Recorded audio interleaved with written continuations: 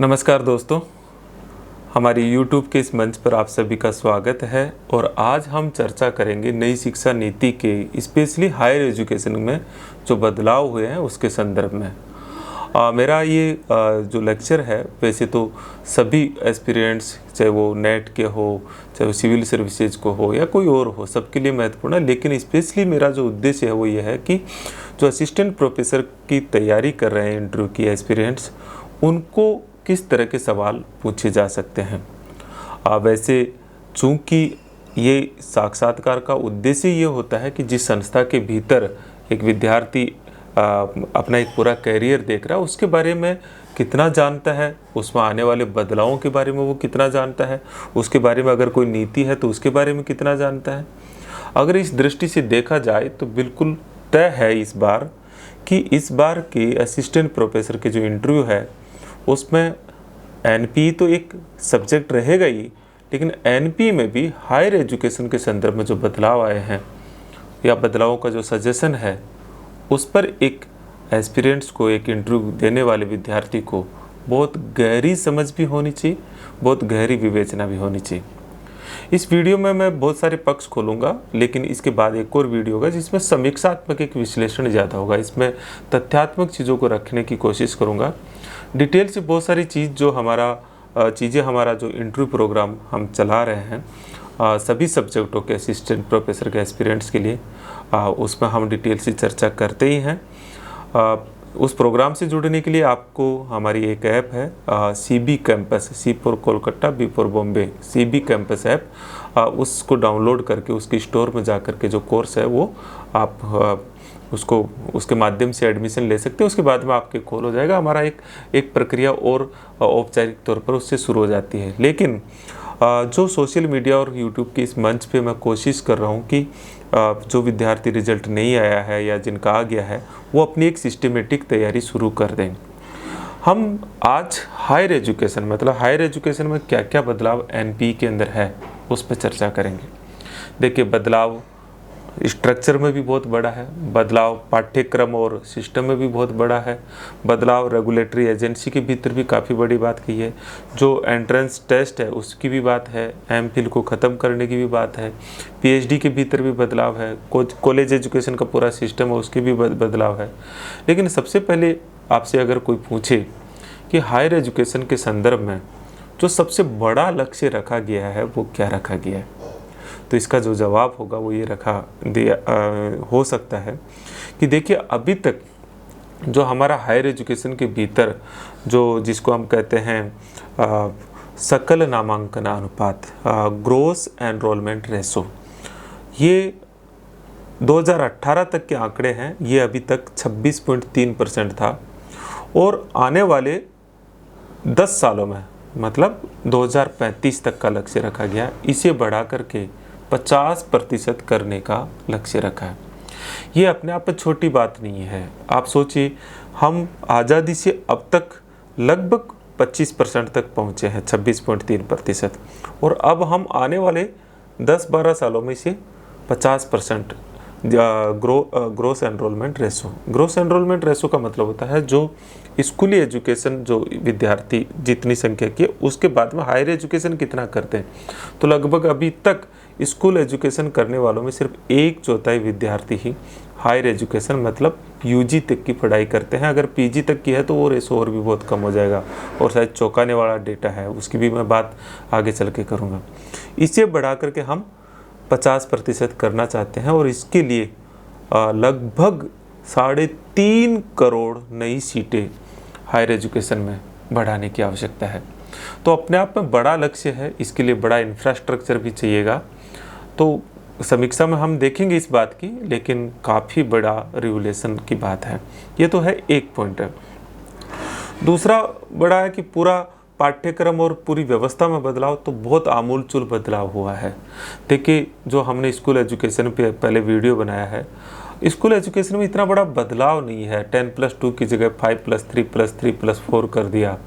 थोड़ा बहुत स्कूल की जो मैकेनिज्म है वो स्कूल परिसर बना दिया, एक रेगुलेटरी एजेंसी बना दी, पाठ्यक्रम को लेकर के बुनियादी शिक्षा की बात थोड़ी सी कह दी, लेकिन कोई बड़ा बदलाव नहीं है। लेकिन अगर आप हायर एजुकेशन में देखेंगे तो हायर एजुकेशन का पूरा सिस्टम बदल रहा है। कैसे? सबसे इम्पोर्टेंट जिस पॉइंट को आपको पता होना चाहिए और जो आप इंटरव्यू में पूछे तो भी बताए और आपसे डायरेक्ट पूछ भी सकते हैं कि क्या बड़ा बदलाव पूरे मैकेनिज्म में है, तो आप बताइए सर। सबसे बड़ा जो बदलाव है वो है मल्टीपल एंट्री और मल्टीपल एग्जिट सिस्टम।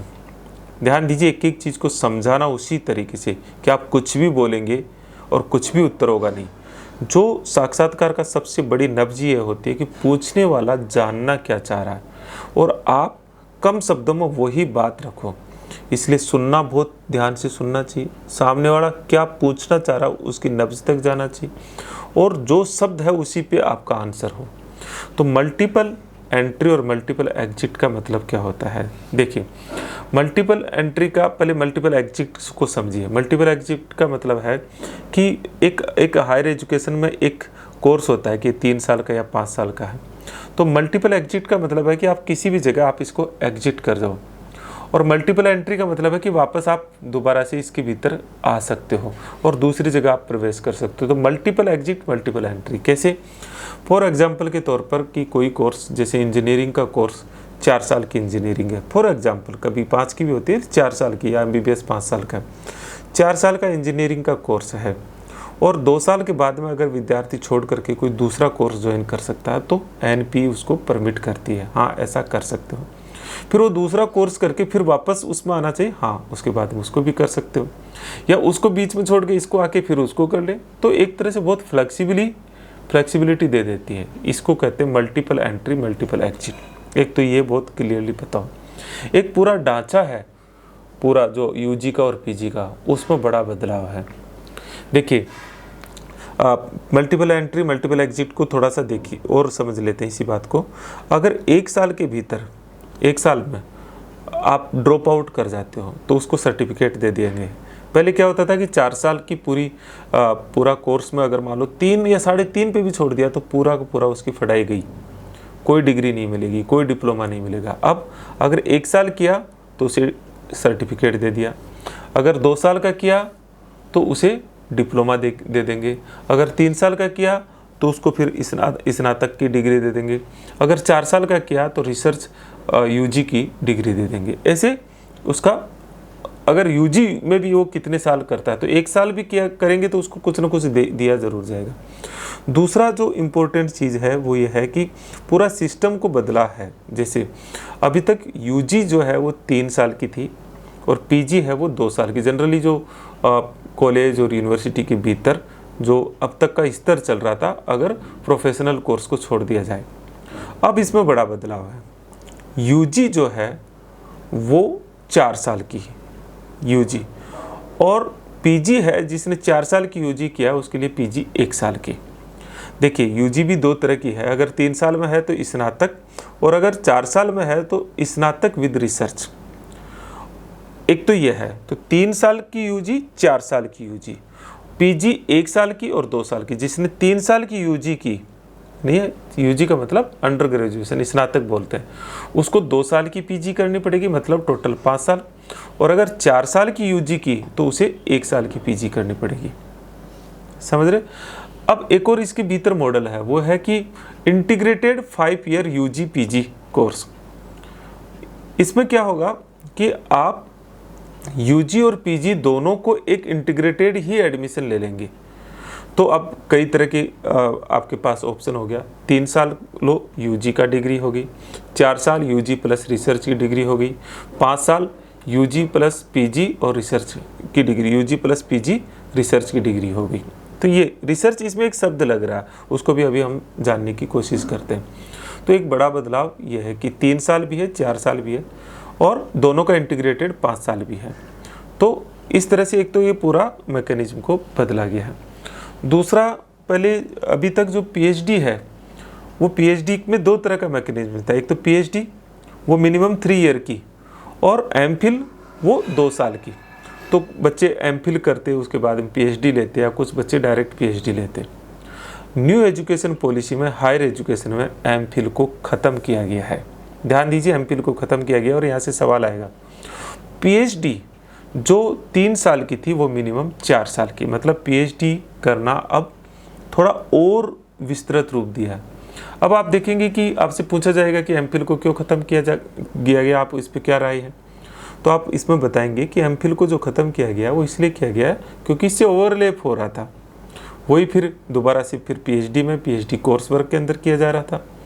इससे बेहतर है कि हम पीएचडी की ही गुणवत्ता बढ़ा दें और पीएचडी ही 4 साल की, और पीएचडी में ही एक तरह से एमफिल का जो कोर्स है वो इंक्लूड करते हुए पीएचडी को ज़्यादा व्यापक रूप देने की कोशिश की गई है, जो उचित भी है क्योंकि एमफिल पीएचडी से पहले की अवस्था थी और एमफिल की अपने आप में कोई अब कहीं भी किसी भी रिक्रूटमेंट में या किसी भी जगह कोई उपयोगिता भी नहीं थी। तो एमफिल की डिग्री एक तरह से ऑर्नामेंटल हो गई थी, इसलिए न्यू एजुकेशन पॉलिसी में उसको हटाने का निर्णय लिया। अब एक सवाल होता है कि अगर आप मान लीजिए कि ऐसा सारा सिस्टम है, कोई 1 साल किया, 2 साल किया, कहीं दूसरी जगह चला गया, फिर वापस आ गया, multiple entry multiple exit system, तो एक विद्यार्थी का फिर ये पूरा घालमेल नहीं हो गया। तो आप बताएंगे नहीं सर ऐसा नहीं है। न्यू एजुकेशन पॉलिसी ये भी रिकमेंड करती है कि नेशनल लेवल पर हर विद्यार्थी का एक क्रेडिट स्कोर होगा और उसके लिए एकेडमिक बैंक ऑफ क्रेडिट का निर्माण किया जाए। ये उसमें सजेशन है जिसमें हर जो जितना क्रेडिट लेगा या नहीं है वो उसमें एक रिकॉर्ड होगा। लेकिन एक इम्पोर्टेंट चीज़ है जो मैं आपको थोड़ा सा कि यहाँ चूँकि जो आपके सामने प्रोफेसर बैठेंगे, एक्सपर्ट बैठेंगे, वो उस सिस्टम का हिस्सा है।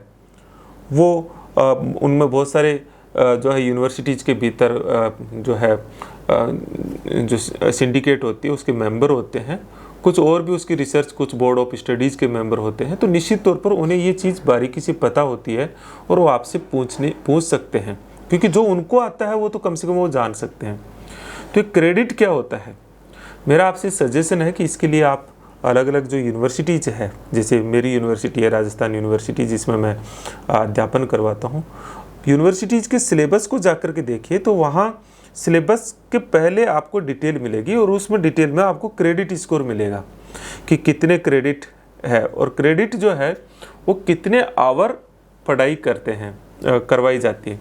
मतलब 1 घंटे की जो स्टडी करवाई जाती है क्लास लेक्चर, उसका 1 क्रेडिट, तो किसने कितना लिया और फिर कितना गेट किया वो एक मूल्यांकन सिस्टम है। तो क्रेडिट कैसे है इसके लिए मेरा सजेशन है कि आप एक बार यूनिवर्सिटीज़ की वेबसाइट जा करके देख करके उसके सिलेबस को देख लीजिएगा। राजस्थान यूनिवर्सिटी की वेबसाइट पे भी आपको ये मिल जाएगा क्योंकि नया सिलेबस में क्रेडिट स्कोर ये सारा कुछ मेंशन किया हुआ है, तो आपको एक मोटी मोटी जानकारी वहाँ से मिलेगी। ये सारी चीज़ें मैंने आपको बताई। एक है कि फिर आपसे पूछ सकते हैं कि अच्छा आपको क्या लगता है कि इसमें और भी कुछ बात है, तो आप बताएंगे कि हाँ सर इसमें 2 चीज़ें हैं। एक है कि जो इंटरडिसिप्लिन अप्रोच है, मतलब साइंस के साथ में आर्ट्स का सब्जेक्ट लेना, आर्ट्स वाला एक साइंस का सब्जेक्ट ले सकता है। इसी तरह से यूनिवर्सिटीज़ भी जो है, जैसे इंजीनियरिंग यूनिवर्सिटी सोशल साइंस के पेपर चलाएगी, मेडिकल यूनिवर्सिटी कोई सोशल साइंस या साइकोलॉजी या दूसरे कोर्सेज चला सकती है। तो जो आने वाले समय में इसके तहत न्यू एजुकेशन पॉलिसी के तहत जो कॉलेज और यूनिवर्सिटीज़ का स्वरूप काफ़ी हद तक बदल जाएगा और उनमें इंटरडिसिप्लिन अंतर अनुशासनात्मक अप्रोच देखने को मिलेगी। और एक डॉक्टर को आप हिस्ट्री पढ़ते हुए देख सकते हैं, वो हिस्ट्री सब्जेक्ट ले सकता है। एक इंजीनियर को भी हिस्ट्री या फिलोसफी सब्जेक्ट लेते हुए देख सकते हैं और इस तरह की चीज़ की एक फ्लेक्सिबिलिटी दी जाएगी। आपसे पूछ सकते हैं कि भाई इसमें आपकी राय क्या है, तो आप कहिएगा कि चूँकि ये एक प्रॉब्लम भी थी हमारे यहाँ कि जो साइंस के स्टूडेंट थे उनको सोशल साइंस का नॉलेज बिल्कुल नहीं था, जबकि एक अच्छा नागरिक बनने के लिए ज़रूरी है। और वैसे भी अब धीरे धीरे जो सभी जगह, चाहे वो साइंस हो या सोशल साइंस हो या फिलोसफी हो, धीरे धीरे इनके भीतर का रिश्ता जानना एक विद्यार्थी के लिए बहुत ज़रूरी है। इसलिए इंटरडिसिप्लिन अप्रोच अध्यापन में और अध्ययन में बहुत ज़रूरी है और इसीलिए न्यू एजुकेशन पॉलिसी में जो ये प्रोविज़न है ये बहुत फ़ायदेमंद हो सकता है, बेशक कि इसे प्रभावी ढंग से लागू किया जाए। ये बात हमेशा याद रखिएगा। कई बार चीज़ें बहुत सुनहरी दिखाई देती है, लेकिन उसको कितना डीप में जाकर के कितना दृढ़ इच्छा शक्ति के साथ में उसको इम्प्लीमेंट किया जाता है, इस पर निर्भर करती है। अब एक सवाल जो बहुत महत्वपूर्ण हो सकता है वो हो सकता है कि रेगुलेटरी मैकेनिज्म में क्या बड़ा बदलाव हुआ है, ये ज़रूर आपको जानना चाहिए। तो अब तक क्या मैकेनिज्म था जो बदला गया। ध्यान दीजिए, अब तक जितने भी यूनिवर्सिटी, कॉलेज और हायर एजुकेशन के मैकेनिज्म को जो रेगुलेट कर रही थी एजेंसी, जो बॉडी या जो जिनके लिए नॉर्म्स बना रही थी, उसका नाम था यूजीसी। नहीं है, यूजीसी जो आप सब लोग उससे बहुत वाकिफ़ ही हो कि आपका नेट और जेआरएफ और सब कुछ जो है यूजीसी कंडक्ट करवाती। तो यूजीसी जो यूनियन ग्रांट कमीशन, अब इसके स्थान पर मतलब यूजीसी को ख़त्म नहीं कर रहे हैं, लेकिन पूरे हायर एजुकेशन को रेगुलेट करने के लिए इसके स्थान पर, लेकिन मैं एक चीज़ और बताना चाहूँगा, जो टेक्निकल चीज़ें थी उनको रेगुलेट करने के लिए एजेंसी होती थी वो NCERT, ये रेगुलेट करती थी। अब इन सबको मिला करके एक higher education commission for India of India, मतलब भारत का एक उच्च शिक्षा आयोग गठित करने का रिकमेंडेशन है, और जिसके अधीन 4 एजेंसियां होगी। ध्यान दीजिए, एक शिक्षा आयोग होगा, उसके अधीन 4 एजेंसियां होगी। 4 एजेंसियां इस तरह से होगी, उनका नाम आपको अच्छे से पता हो, नाम के साथ काम पता हो तो सोने पे सुहागा है। पहली एजेंसी है वो है national higher education regulatory council, जो हायर एजुकेशन को रेगुलेशन करेगी। दूसरी एजेंसी है जनरल एजुकेशन काउंसिल GEC। तीसरी एजेंसी है हायर एजुकेशन ग्रांट्स काउंसलिंग। अभी तक जो मोटा काम है, ये जो तीसरी एजेंसी है ये यूजीसी ग्रांट्स देता है, तो ये एक तीसरी एजेंसी। चौथी एजेंसी है नेशनल एक्रीडेशन काउंसिलिंग, NAC, बहुत सुना होगा शायद आप हायर एजुकेशन से जुड़े हुए हो। NAC मतलब अलग अलग यूनिवर्सिटी कॉलेजेज को ग्रेडिंग करती है, उनका मूल्यांकन करती है और फिर उनको ग्रेडिंग देती है। NAC अभी तक यूजीसी के साथ मिलकर काम कर रहा था, इसे सेपरेट बनाने की, मतलब इसे सेपरेट हायर एजुकेशन कमीशन के अधीन रखने की रिकमेंडेशन है। तो हायर एजुकेशन कमीशन के नीचे 4 बॉडी होगी जो इंडिपेंडेंटली काम करेगी। तो ये न्यू एजुकेशन पॉलिसी के भीतर है। यूजीसी का फिर आपसे पूछे, फिर यूजीसी का क्या काम रह जाएगा, क्या खत्म हो जाएगा? आप कहें नहीं, खत्म नहीं होगा। यूजीसी केवल और केवल ग्रांट्स को आवंटन करने का काम रह जाएगा उसका, बाकी काम अन्य एजेंसियों के भीतर बांट दिया जाएगा। तो ये मोटे तरह से ये कुछ चीज़ें है। अब और चीज़ आपसे कुछ और बातें भी इसके संदर्भ में आप देखिएगा, वो ये है कि जो टीचर ट्रेनिंग प्रोग्राम जो मुझे बताना था, उसमें टीचर ट्रेनिंग प्रोग्राम जो है अब 2030 से ये 4 ईयर का इंटीग्रेटेड कर रहे हैं।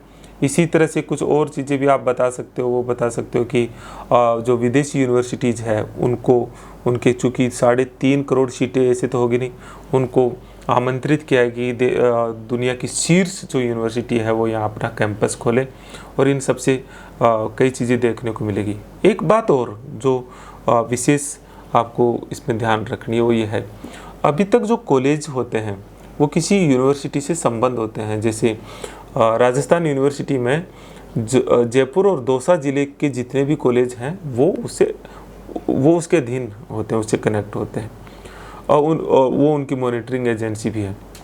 अब धीरे धीरे लगभग 2030 तक ये जो कॉलेज है उनको यूनिवर्सिटी से सेपरेट करके उनको स्वायत्त इकाई बनाने की इसमें रिकमेंडेशन है। मतलब कॉलेज अपने स्तर पर अपना सिलेबस बना सकता है, लेकिन एक तरह से ये सारी स्वायत्तता तो दी जा रही है, लेकिन यूनिवर्सिटी की जो स्वायत्तता थी वो कहीं ना कहीं इस पूरी व्यवस्था से क्या हो रही है, कम हो रही है। तो ये थोड़ा सा आप बताइए। फिर एक चीज़ और है कि जो कॉलेजें हैं, मतलब महाविद्यालय जो हैं, उनके भी अलग अलग ग्रेड बनाने की बात है कि वो अलग अलग तरह से उनकी ग्रेडिंग होगी। कैसे ग्रेडिंग होगी कि जो NAC जिस तरह से ग्रेडिंग करेगा उसके हिसाब से जो कॉलेज होगी वो 3 तरह की होगी। नंबर 1 एक रिसर्च कॉलेज होगी जो सबसे टॉप ग्रेडिंग के होंगे। दूसरी होगी वो एजुकेशन कॉलेज होंगे जो उससे नीचे होंगी, जिसका मुख्य काम केवल एजुकेशन है और साथ साथ में कुछ रिसर्च भी है। रिसर्च में एजुकेशन लेकिन ज़्यादा रिसर्च। और तीसरी है सिर्फ कॉलेज, सबसे नीचे के लेवल पे, जो केवल और केवल UG तक के शिक्षण कार्य को करवाएगी। तो इस तरह से कॉलेजों की भी ग्रेडिंग का इसमें